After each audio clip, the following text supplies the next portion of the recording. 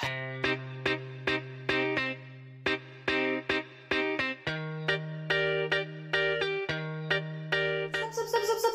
Ça va trop vite. On brûle les étapes. Bonjour à tous, j'espère que vous allez bien. Ça me fait super plaisir de vous retrouver après 10 mois d'absence pour cette 10e vidéo. Donc voilà, ça fait très longtemps. Tout d'abord, je voulais m'excuser pour cette longue absence qui n'était pas du tout prévue. Et vous remercier aussi pour les nombreux commentaires et les nombreuses demandes de nouvelles que j'ai reçues, etc. Ça m'a fait très plaisir, même si je dois vous avouer que pour l'instant, je n'ai répondu à absolument rien. J'ai vraiment disparu totalement. Et tout simplement parce que il y a eu tellement de chamboulements, tellement de choses se sont passées que je me suis dit que quoi qu'il advienne, que je continue les vidéos ou pas, etc., je vous donnerai des explications dès que j'en saurai un peu plus de manière collective. Et donc voilà, c'est ce que je vais tenter de faire dans cette vidéo. J'ai pas toutes les réponses, mais ça y est, je pense qu'il est temps de vous expliquer un petit peu ce qui s'est passé toute cette dernière année.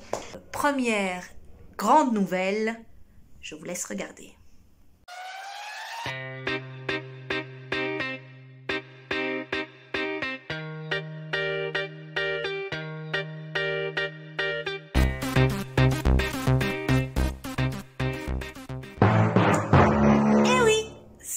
Principale chose que j'ai faite finalement, enfin la chose la plus importante en tout cas que j'ai faite cette dernière année, j'ai remis une petite princesse pendant 9 mois, 9 mois exactement, parce que nous sommes le 18 février et que la date du terme est le 19, donc demain, même si pour l'instant elle n'a pas l'air décidée à sortir, la petite poulette.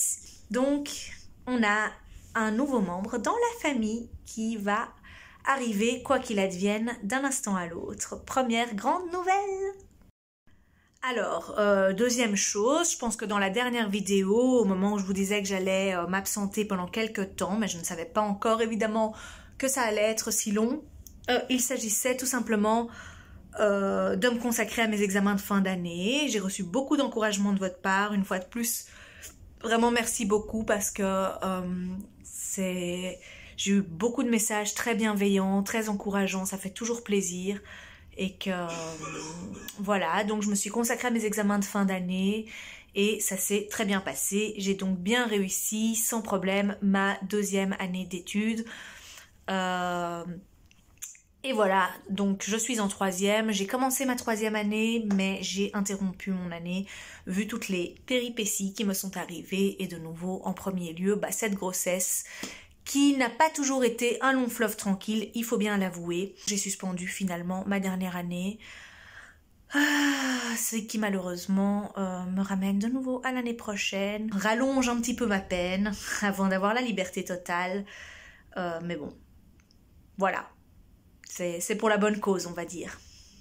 Il y a tellement de temps qui est passé que finalement c'est un peu compliqué de tout vous résumer comme ça 10 mois plus tard.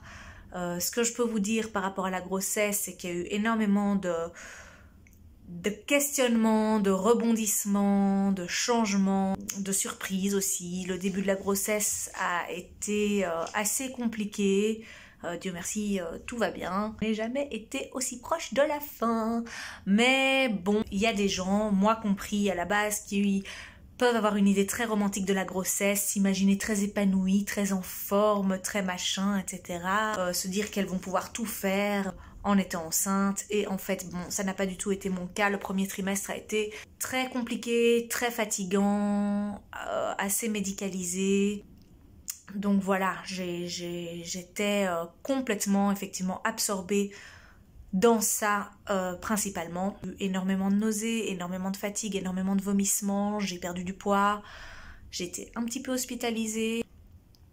Donc voilà, ça a été un début un peu à l'image du camion, quoi, quand le moteur est froid. Ça a mis du temps pour se lancer correctement et être tranquillou sur la route.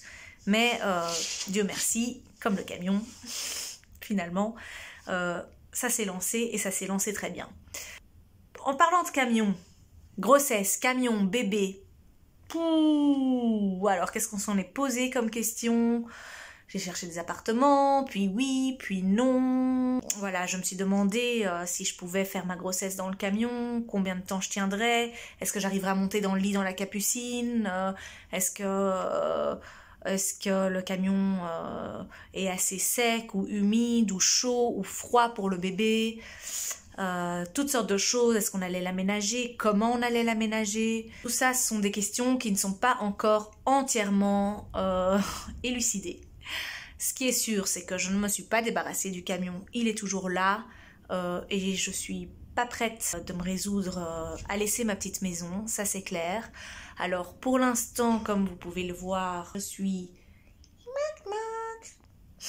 dans un appartement. C'est simplement une sous-location qu'on a pris pour le mois de février et mars, donc vraiment finalement juste le tout dernier mois de grossesse et d'accouchement et le premier mois de vie de ma petite princesse. Alors par rapport à la vie en camion pendant la grossesse, alors je saurais pas vous donner un pourcentage.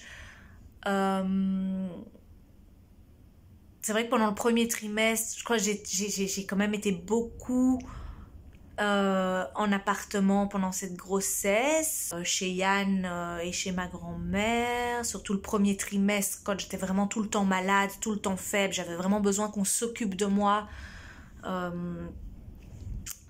donc j'avais vraiment besoin de soutien, j'étais vraiment HS en fait, hein. Et à ce moment-là c'est vrai que il y a plus glamour que d'être tout seul dans son camion à galérer pour chaque chose, pour l'eau, pour le gaz, pour monter sur le lit, descendre sur le lit, vider les chiottes, et en plus tout ça tout seul dans un parking ou près d'un parc dans la capitale. Là ça perdait un peu de son charme, on va dire. Faut bien être honnête, là on voit un peu le côté moins confortable, moins accueillant, parce que quand on est au bout de sa vie, c'est vrai que ça peut quand même devenir un peu une épreuve, et il y a certains moments où j'étais quand même dans le camion quand je l'avais pas choisi pour diverses raisons, et c'est les premiers moments en fait je pense où j'ai pu vraiment me sentir j'ai pu sentir les côtés négatifs du camion, c'est-à-dire que vraiment tout d'un coup je me sentais vraiment contrainte enfin je me sentais un peu punie quoi, je veux dire quand que je l'avais pas choisi, et là on peut se sentir effectivement très seul et un peu démunie, c'est-à-dire qu'il y avait certaines de mes vidéos anciennement où je montrais des tempêtes, un peu de froid, un peu de machin, et certaines personnes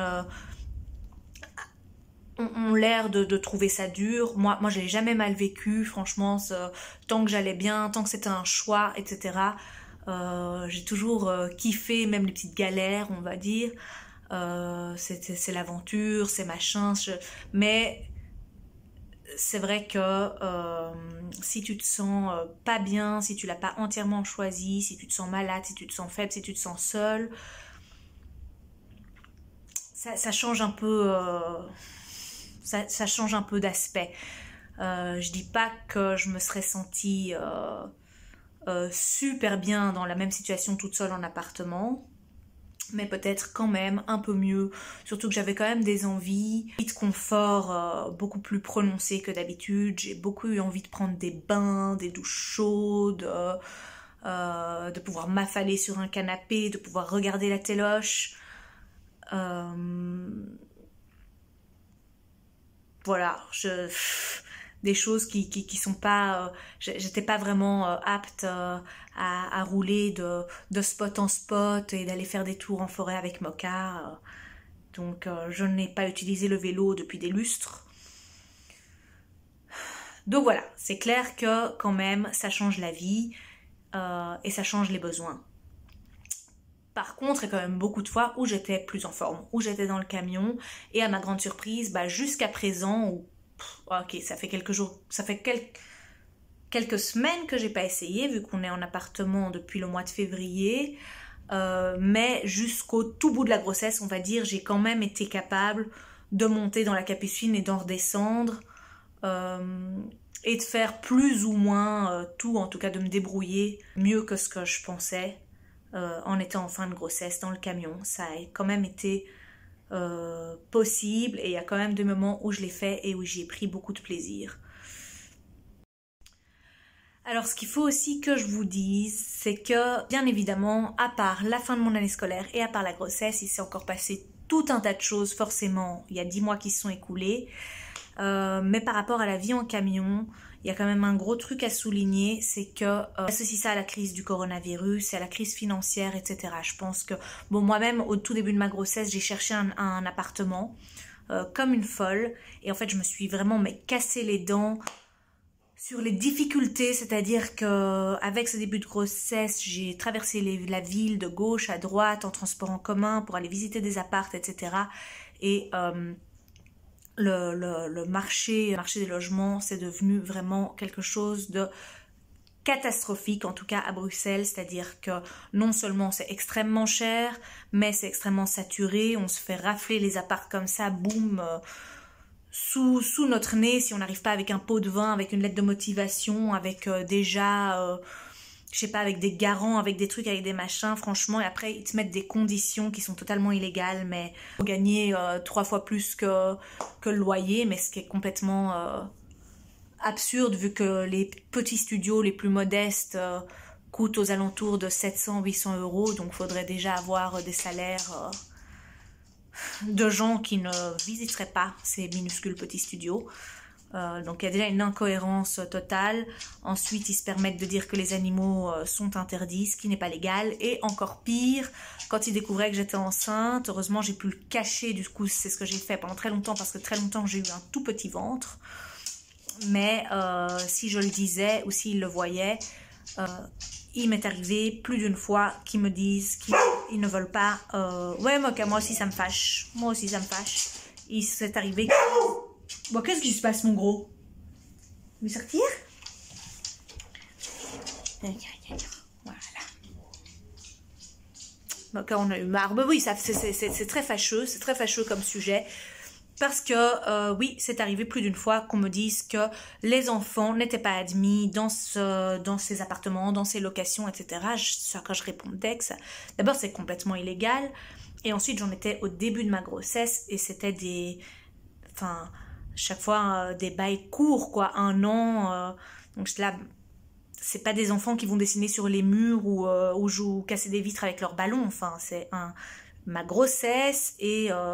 3 premiers mois de vie, ça va manger, dormir et rester collé à moi. Enfin, qu'est-ce que ça veut dire que je peux pas avoir mon bébé avec moi dans votre appartement? C'est vraiment scandaleux. Mais bon, voilà. Tout ça pour dire que ça a été vraiment très décourageant, mais que je me suis rendu compte du coup de la difficulté de trouver un logement et de la situation précaire des gens aussi, des autres. Parce que j'étais pas la seule dans ce cas, et après j'ai commencé à voir beaucoup de postes de mamans qui étaient mises dehors ou qui ne trouvaient pas de logement, avec des enfants, avec des trucs. Donc il y a vraiment cet aspect de précarité qui m'a un peu sauté aux yeux. Et ensuite est venue l'augmentation énorme des charges, donc le gaz, l'électricité, etc. Tout a triplé, doublé, j'en sais rien. Donc ça m'a vraiment coupé l'envie de me remettre. Bon, là j'ai sous-loué pour 2 mois parce qu'en fin de grossesse je me suis dit bon, c'est peut-être quand même plus prudent. J'ai jamais accouché, j'ai jamais eu de bébé, donc peut-être que pour le dernier mois de grossesse et le premier mois de vie, c'est quand même plus confortable d'avoir cette sécurité-là. Mais me relancer dans une location sur du long terme, dans des conditions pareilles, franchement, j'ai l'impression que toute ma liberté disparaîtrait, quoi. J'ai l'impression que je me remettrais des chaînes aux pieds, aux mains, et donc je suis pas du tout prête à le faire. Et tout ça pour dire que cette précarité, on la voit un peu partout. Et ce qui s'est passé, c'est que ces derniers 10 mois, malheureusement, même dans le camping-car, je me suis fait braquer 2 fois. Et ça a été très violent et très compliqué. Les 2 fois, heureusement, je n'étais pas dans le camion. Je dis heureusement, mais surtout pour la première fois, parce que la première fois, ça a été d'une telle violence que je peux pas m'empêcher de penser que si j'avais été présente dans le camion, j'aurais cette fois-ci sérieusement été attaquée. Je le ressens vraiment comme ça, je peux pas l'expliquer. D'habitude, je suis pas très peureuse, pas très méfiante, mais là, ça a été tellement saccagé, tellement sali. Il y avait vraiment une réelle malveillance au-delà du vol. Donc ça a été assez traumatisant pour moi, c'était un gros coup dur. Surtout que c'était un soir où c'était un endroit où je parquais régulièrement. Et c'était un soir où j'ai failli dormir dans le camion et finalement j'ai été dormir chez Yann et j'ai laissé le camion à cet endroit-là où je l'avais laissé tellement de fois auparavant. Et quand on est retourné le lendemain en plus pour aller au PAX de ma meilleure amie, où je n'ai pas pu me rendre du coup, c'était vraiment un carnage. J'ai vu de loin qu'il y avait un truc pas normal, il y avait des morceaux de vitre par terre, etc. En fait, on m'a défoncé la porte, on m'a cassé la vitre, on m'a vraiment... Et à l'intérieur, et par terre, il y avait les petits vêtements de bébé, les premiers vêtements de bébé d'ailleurs. On a reçu tout un sac, plus qu'un sac à mon avis... trop mignon de la Goliath Family, donc des anciens petits vêtements à Ninon qui sont adorables et qui vont bientôt servir à ma petite princesse. Et donc voilà, ça c'était la petite anecdote. Et donc ces vêtements étaient dans mon camion, dans un petit panier.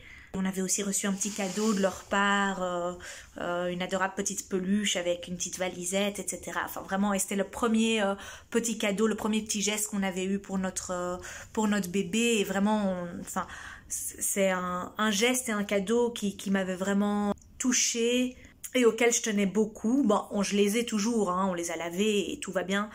Mais... le fait de les voir dehors dans le caniveau, étalés dans la rue, etc. Les premières affaires de bébé, enfin ça a été vraiment violent. Ensuite, quand je suis rentrée dans le camion, tout avait été retourné. Mais quand je dis tout, c'est vraiment tout. Il y avait de la casse aussi au niveau des structures en bois, etc. Les armoires, parce que ça avait été fait vraiment à la barbare. Ils ont tout volé. C'est-à-dire que j'ai pas grand-chose de valeur. Il y avait donc, qu'est-ce qu'ils ont volé de valeur dans le camion? Enfin, je sais pas, mon baffle, c'est vrai, j'avais un baffle. Et bon, un truc que j'utilisais jamais, que j'avais reçu avec le camping-car, genre la caméra de recul ou des choses comme ça. Mon petit aspirateur à main. Je vois pas trop... Ah oui, mon appareil photo, j'avais un appareil photo quand même, je l'avais acheté en seconde main, mais enfin, c'était quand même un petit Nikon, etc. Assez ancien, mais sympathique. Voilà. J'avais pas grand chose de valeur, mais ces choses-là, bien évidemment, ont été volées. Mais ils se sont pas contentés de ça, c'est-à-dire qu'ils m'ont volé mes chaussures, mes vêtements. Alors j'ai que des vêtements de récup, que des trucs de seconde main, mais ils ont tout volé. J'avais une combinaison de plongée à une copine qu'elle m'avait prêtée, voilà, en prévision d'aller faire un peu de surf ou de s'amuser un peu quand je le pourrais. Ils l'ont volé, bien évidemment. Des plateaux, je sais pas, mais tout, ils ont tout volé quoi, ils ont tout retourné et ils ont tout volé, même des choses sans aucune valeur, tu comprends pas pourquoi, tu vois, ils ont juste tout raflé. Donc ça a été un très gros coup sur tout ce qui a suivi, parce que comme d'hab, enfin moi j'ai été à la police, etc., mais bon, rien n'est fait et on te donne des réponses à la noix, comme quoi ça arrive tout le temps et qu'on peut rien faire. Il y avait des caméras mais on peut pas regarder les caméras, enfin bref. Tout le monde s'en fout, tu sens à ce niveau-là que tu n'as pas, avec ton vieux camping-car des années 90 et tes vols d'aspirateur à main, on ne te prend pas vraiment au sérieux, on ne te prend pas vraiment en charge et finalement tu perds juste énormément de temps, énormément de larmes, énormément d'énergie et il n'y a pas grand-chose qui est fait. Donc, à part se résigner et se dire c'est du matos, c'est du matos, c'est du matos, il n'y a pas grand-chose à faire, donc finalement, c'est ce que j'ai fait. Mais ça a quand même participé justement à tout les questionnements tout d'un coup. En fait, ce qui s'est passé avec ce braquage, au-delà des pertes matérielles qui m'ont quand même affectée parce que j'ai pas grand-chose, et que aussi réparer la porte, etc., ça a été très compliqué. Là aussi, Julien de la Goliath Family m'a pas mal aidé. Franchement, on s'est beaucoup rapprochés. C'est un couple super, une famille super, et Ça, c'est aussi une des choses qui s'est passée cette dernière année, c'est que j'ai un peu appris à connaître la Goliath Family et que c'était une super rencontre. Mais qu'est-ce que je voulais dire? Je voulais dire que oui, ça a soulevé toutes sortes de questionnements. C'est vrai que pour la première fois, du coup, niveau tout simplement sécurité, parce que là, je me suis dit, mon Dieu, mais je m'apprêtais à dormir seule, enceinte, là-bas. Qu'est-ce qui se serait passé? Parce que je suis sûre qu'ils étaient au moins 2, je suis sûre qu'ils avaient des outils, genre une barre de fer au moins ou quelque chose. Et là, je me dis, mais est-ce que je suis complètement inconsciente d'envisager, enfin, de continuer ce mode de vie-là avec un tout petit? Et comment... Et si continuer, comment continuer et que changer? Parce que c'est évidemment que je suis pas prête à prendre des risques inutiles, voilà. Hein. Toutes les perspectives aussi changent un petit peu et c'est normal. Plusieurs mois plus tard, j'ai à la période de Noël, en fait c'était le 26 décembre je crois, simplement j'ai été manger chez ma maman pour l'anniversaire de ma soeur, etc., etc. Petite réunion de famille, j'ai été chercher ma grand-mère et donc j'ai fait la route en camion et j'ai garé en bas de chez elle. Et en fait j'ai aussi beaucoup hésité, est-ce que je dors chez elle, est-ce que je retourne dans le camion, non oui, finalement j'ai mis des sous dans le parc-mètre et j'ai dormi chez ma maman. Et le lendemain matin, en voulant repartir, là j'ai réalisé qu'une fois de plus on s'était introduit dans le camion et on m'avait volé. C'était moins barbare que la première fois, il y avait moins de casse, etc. Je sais pas comment ils ont fait, ils sont rentrés par l'arrière cette fois-ci, mais sans vraiment casser trop la porte. Et ils ont été beaucoup plus rapides, ils ont aussi un peu tout retourné, mais ils ont, cette fois-ci, ils ont pris de nouveau un baffle que je m'étais racheté et une tablette. Ça m'arrivait pour la deuxième fois. C'était vraiment de nouveau un coup de massue. Je me suis sentie un peu...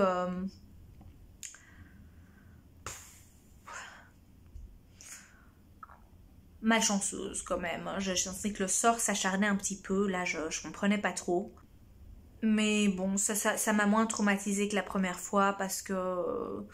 je sais pas, il y avait moins de casse. Et puis, je dois dire que j'ai la chance d'avoir des amis vraiment formidables et qui m'ont fait une petite surprise. Ils se sont organisés entre eux et ils m'ont racheté un baffle et une tablette quasiment immédiatement, qu'ils m'ont donné en surprise, genre 2 jours après.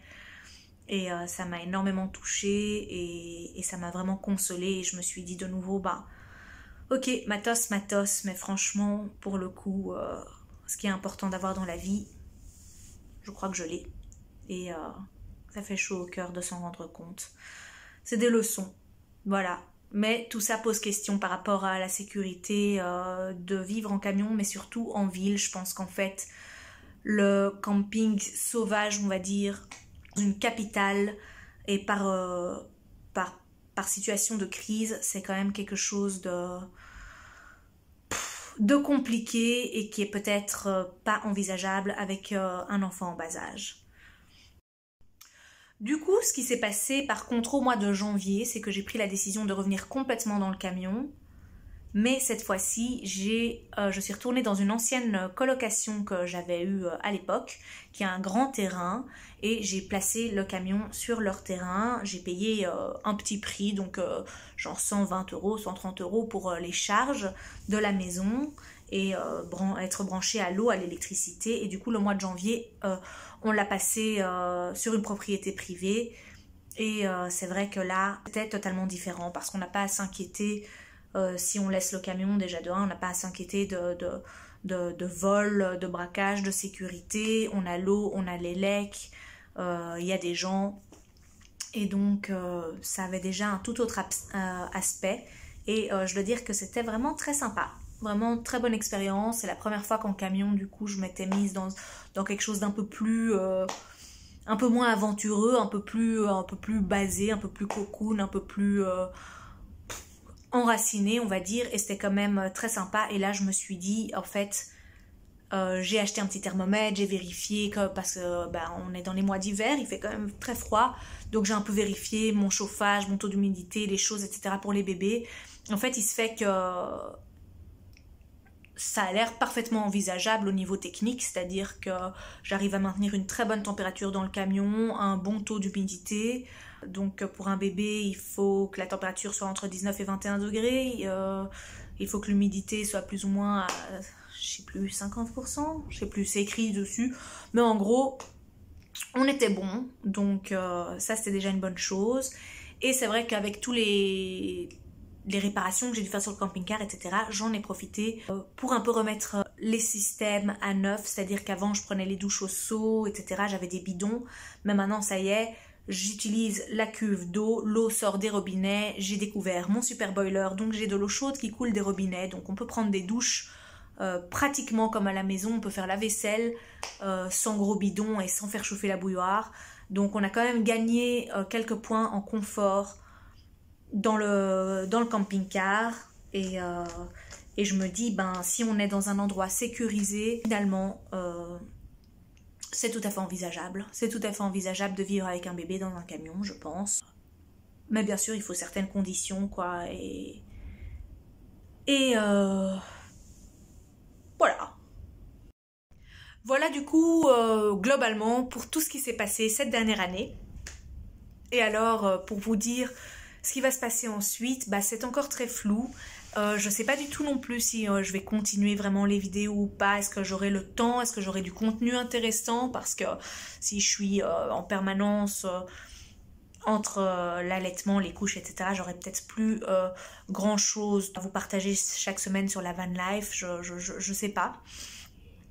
Pour l'instant, donc, comme je vous ai dit, on a sous-loué pour le mois de février et mars. Et pour l'instant, les plans, ce serait de partir ensuite en camion avec la petite jusqu'au sud de la France. Et peut-être un petit voyage aussi en Israël où j'ai de la famille et des amis qui ont d'ailleurs elles aussi eu des petites ou sont enceintes. J'ai beaucoup de copines qui sont enceintes en même temps que moi, donc c'est très gai. J'ai fait un petit voyage d'ailleurs aussi au mois de novembre qui m'a fait énormément de bien parce que entre toutes ces péripéties, toutes ces galères, je dois dire que partir 2 semaines à Tel Aviv, ça fait très longtemps que j'y avais pas été, et retourner un peu dans ma famille et mes amis qui vivaient des grossesses en même temps, etc. Me connecter un petit peu enfin, tout simplement à tout cet aspect-là, tout ce nouveau qui arrivait dans ma vie, et être un peu cocon, et puis de la lumière, du soleil, des jus frais. C'est con, mais ça fait énormément de bien. Donc voilà, là pour l'instant les plans, on ne sait pas encore très bien. On va voir déjà comment ça se passe, rencontrer notre petite, quel genre de bébé elle est, quels sont ses besoins, comment on fait pour s'adapter à elle. Et ensuite, bah, si c'est envisageable, on fera un petit voyage de nouveau sous le soleil où on prendra la route en camion jusqu'au sud de la France. Voilà. Donc à voir. Dites-moi si vous avez des questions, des envies, ce que vous en pensez. Voilà. J'espère que vous allez tous bien. En tout cas, je vous remercie encore pour tous les messages que j'ai pu recevoir. Et je vous embrasse très fort. À bientôt.